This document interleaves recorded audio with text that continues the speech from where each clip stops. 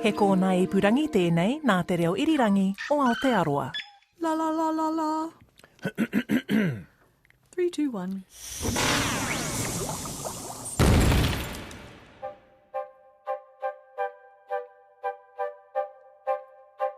Ngā mihi nui and welcome to Elemental from RNZ. I'm Alison Ballance. And I'm Allan Blackman from the Auckland University of Technology. And we are up to episode 60, which is Plutonium. And yes, I know we said at the start of this series that we were going to keep away from the transuranium elements, as we did pretty much all of them in the berkelium and the heavyweights episode way back in episode 9. But this one is interesting, so it deserves its own episode. Now, those heavyweights that we did back with berkelium were all synthetic elements, many of which have existed only fleetingly. Plutonium is also a manufactured element? Mostly yes, but there are very, very small trace amounts of it in nature. So, vital statistics, plutonium, elemental symbol Pu, we'll talk more about that later, and atomic number 94, so that puts this in the actinides down the bottom of the periodic table.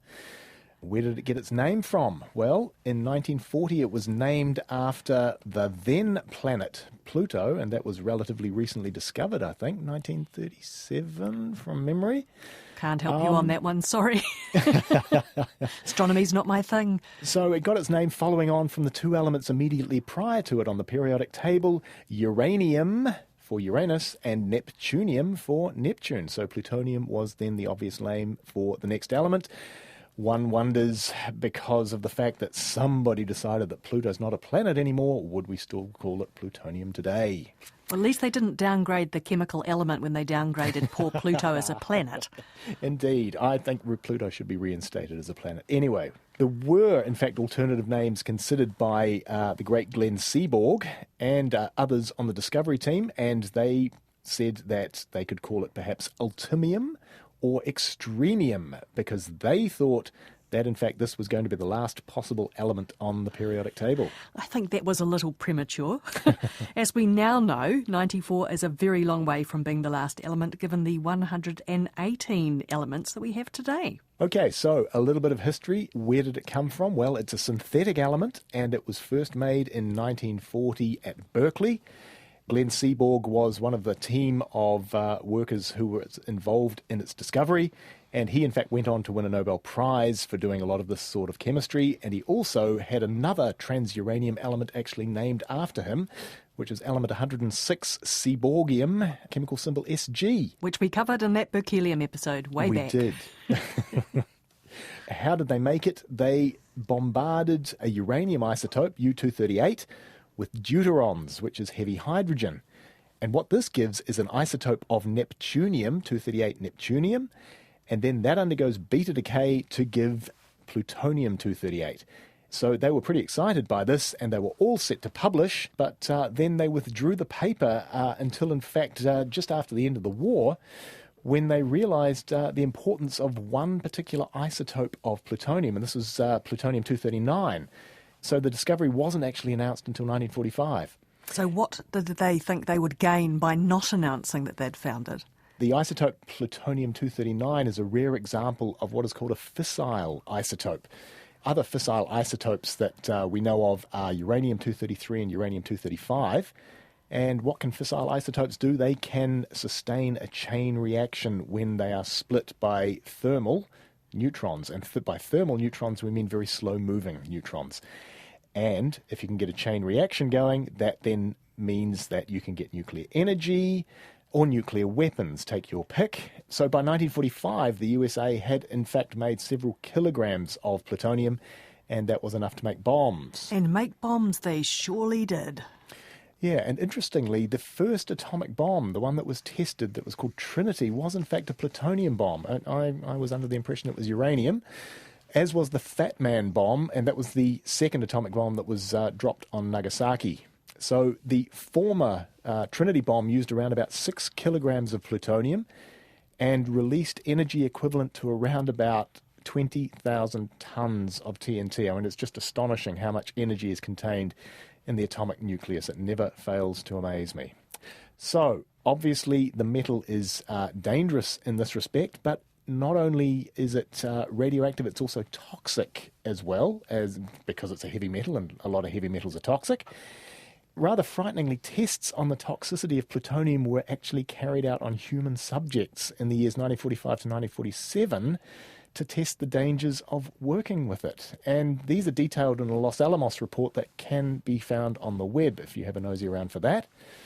I don't think they get ethics approval for this today, but they used both healthy and terminally ill patients. And what they found was that plutonium is in fact retained in the body, and around about 2/3 of it go into the bone and 1/5 of it goes into the liver. I feel very sorry for those human guinea pigs. I know. But yeah. now I think we've all got traces of plutonium in us, thanks to those bombs. Yes, that's very probably true, but just in the same way as we all contain 2 or 3 molecules of Mozart's last breath. But that's a topic for another day. That's right, and the dinosaurs, don't forget the dinosaurs. So plutonium, yes, it's certainly becoming more common. So way back in the 40s, they started with micrograms of the stuff, and now it's estimated that there are over round about 1,000 tonnes of the metal on the planet, and a lot of this sadly bound up in nuclear weapons and things like that. Yes, I imagine it's being stockpiled by the nuclear nations. Yes, you're probably not wrong, sadly. And there's even, in fact, some plutonium on the moon, of all places. So Apollo 14 left some instruments up there, and they are being powered by plutonium-238. And in fact, plutonium-238 is very useful as a power source because of the fact that it gives out a really large amount of heat when it undergoes radioactive decay. And so for this reason, it's a very, very useful material to power spacecraft. And so, in fact, 10.9 kilos of plutonium dioxide got the New Horizons probe all the way to Pluto a few years nice ago. one. Nice one. Pluto, plutonium, Yes. And of course, the Voyager spacecraft, which have both left the solar system, also powered by plutonium as well. So they are eventually going to fail, but not for a few years yet.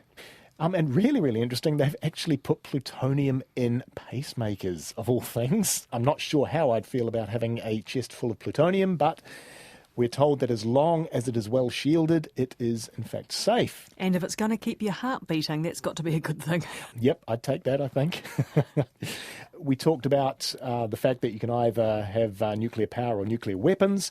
The nuclear power side of things, obviously plutonium is used in nuclear power stations to produce electricity.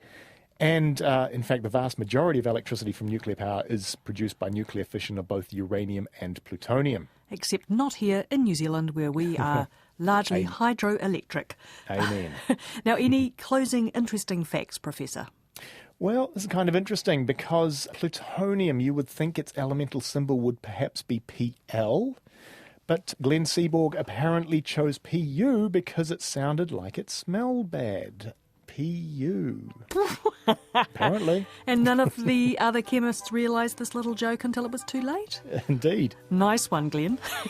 This has been episode 60 of Elemental, and if you want to know more about the other heavy synthetic elements, then look out for berkelium and the synthetic heavyweights, episode 9, either on your usual podcast app or at rnz.co.nz/chemistry. And we are back next time with polonium. But until then, thanks for your company and catch you again soon. I'm Allan Blackman. And I'm Alison Ballance. Bye for now.